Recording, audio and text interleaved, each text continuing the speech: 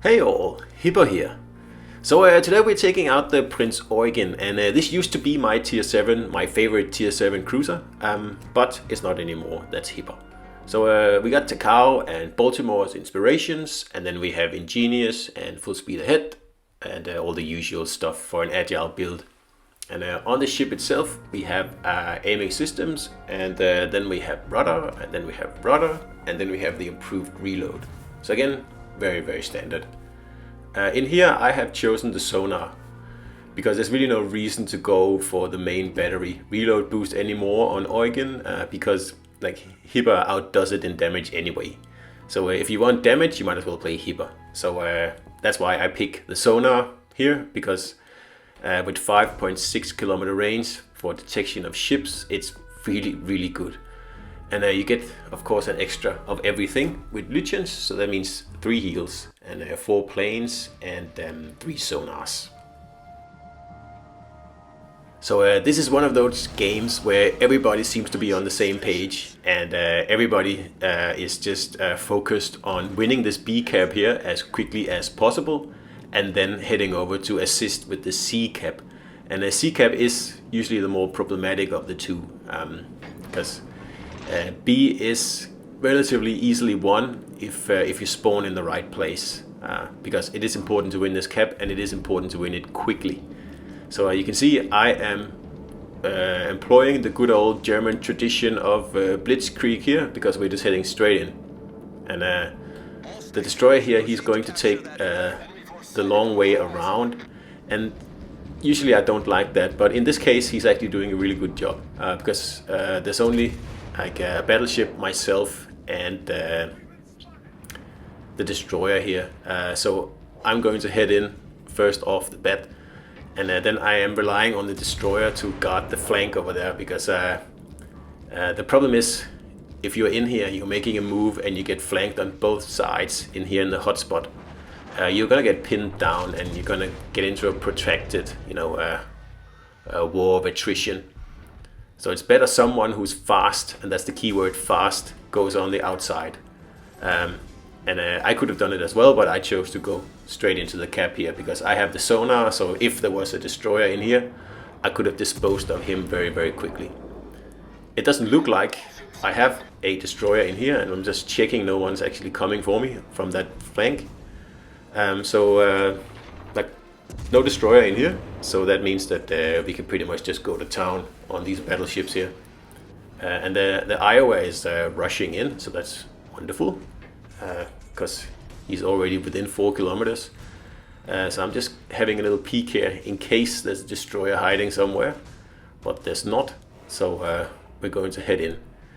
And as you can see, the destroyer on the flank on the left, he's doing a super job, because he is preventing the red destroyer from entering from this flank here and, ruining my attack here. And that's really, really important on this hotspot map here. And generally, battleships going on the left side like the destroyer is not a good idea. They're simply too slow. And by the time they get up to somewhere where they can actually help, the cap has already been won or lost. So I still have my sonar on, so I'm going all the way to the end of the hotspot here, and all the while capping, of course. And that means I'm spotting the Nagato here, I'm spotting the destroyer as well. And in this position here, it's very, very hard to wrestle this cap away from a Hipper or a Prinz Eugen, even if you get attacked on both sides. I am not getting attacked on both sides, and that's a good thing, because the destroyer is trying to do it, but he's getting stopped by the blue destroyer. Unfortunately, the blue destroyer gets killed in that engagement. But that's a sacrifice we just have to accept, because the cap is ours now, and we've taken out an Iowa, we're soon to take out a Nagato, and then there's a lonely battleship left somewhere that we'll just have a bit of a look at where he is, and then I'll see if I can take him out. Now, had I been the Kagero, the destroyer on the left flank, I probably would have followed me into the cap to have a little bit more security, and then after I, or we in that case, would have torped the Iowa, he could have guarded the flank there from inside the hotspot and helped me cap faster as well.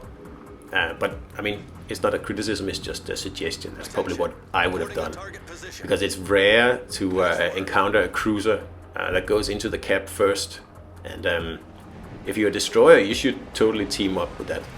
Of course, not an open water cap where someone YOLOs in, but a closed cap like this, where, like I said, a Hipper or an Eugen that gets a foothold. Very, very powerful ship to get rid of. And I would have left long ago, but I'm just waiting for this hood here to get close, because I want to take him out before we move on to the other flank. And the other flank is not really a problem, because it looks like all the red ships are running away. So there's really no rush to get over there. And this is another reason I don't really mind the 6 kilometer torps on Hipper, because I do the vast majority of my torping in these German cruisers here within 5 kilometers. And Eugen has 8 kilometer torps, but yeah, with my playstyle you don't really get to use them. Yeah, at least you don't get to use the extra 2 kilometers that much, because like this is a ship that does its best work up close and personal.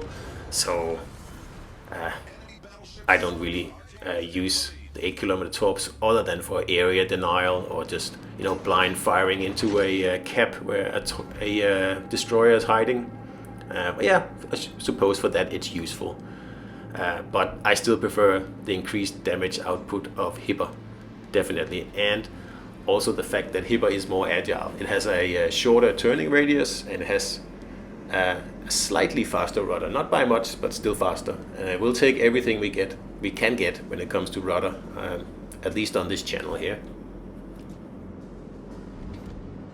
Like I said earlier, then Eugen used to be my favorite tier 7 cruiser. But that is now Hipper, simply because Hipper has a second and a half faster reload, and that's huge. The damage output of Hipper is just beyond comparison with Eugen, even with the main battery reload boost, if you pick that. And of course, if you pick that, you will be losing out on the sonar, which is very important and really the backbone of these ships here, as you saw before. If you can set up shop in a cap or close to a cap, you can cover the whole cap with your 5.6 kilometer sonar and simply make it a no-go zone for anyone. Well, except for battleship that doesn't really care about it, but for destroyers in particular, you can really ruin their day. And especially because the sonar lasts for 2 minutes or something like that. So they cannot just sit back and wait for 30 seconds until a radar cruiser has used its radar. Not in this case here, because like I said, the Hipper sonar, it just goes on and on and on. It's the exact same reason I love the Z39 destroyer, because it has a wonderful sonar where you can cover the whole cap, and of course in the Z39 you can smoke up as well, and yeah, be pretty much invulnerable that way.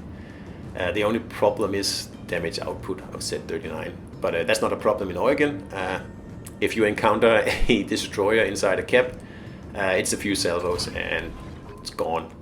And with sonar there is nowhere to hide, and no surprise from torpedoes, because obviously you can see them as well.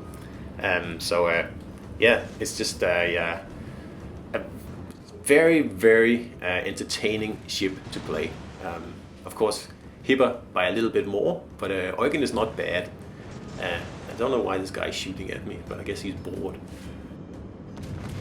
So this left flank here is, well, pretty much a non-entity. There's no one here to guard it or anything, and like, we will be pretty unlucky if we can't take it.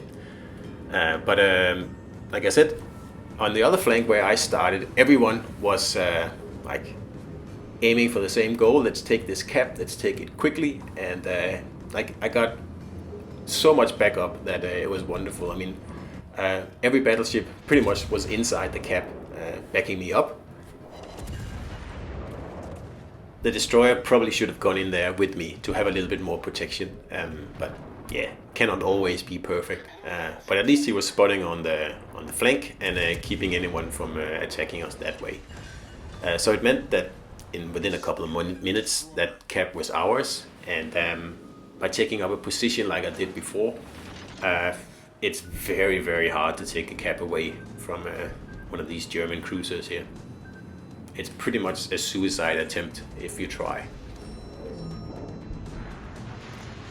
And the quicker you can take the caps on this hotspot map here, the better, because that means that you will deny the enemy team any sort of cover, and they'll just have to be sitting on the other side of the mountain, like just being sourpusses, because they cannot really break into the cap, and just slowly pick them off one by one like we did before, and then when one flank is secure, you go and help out the other flank.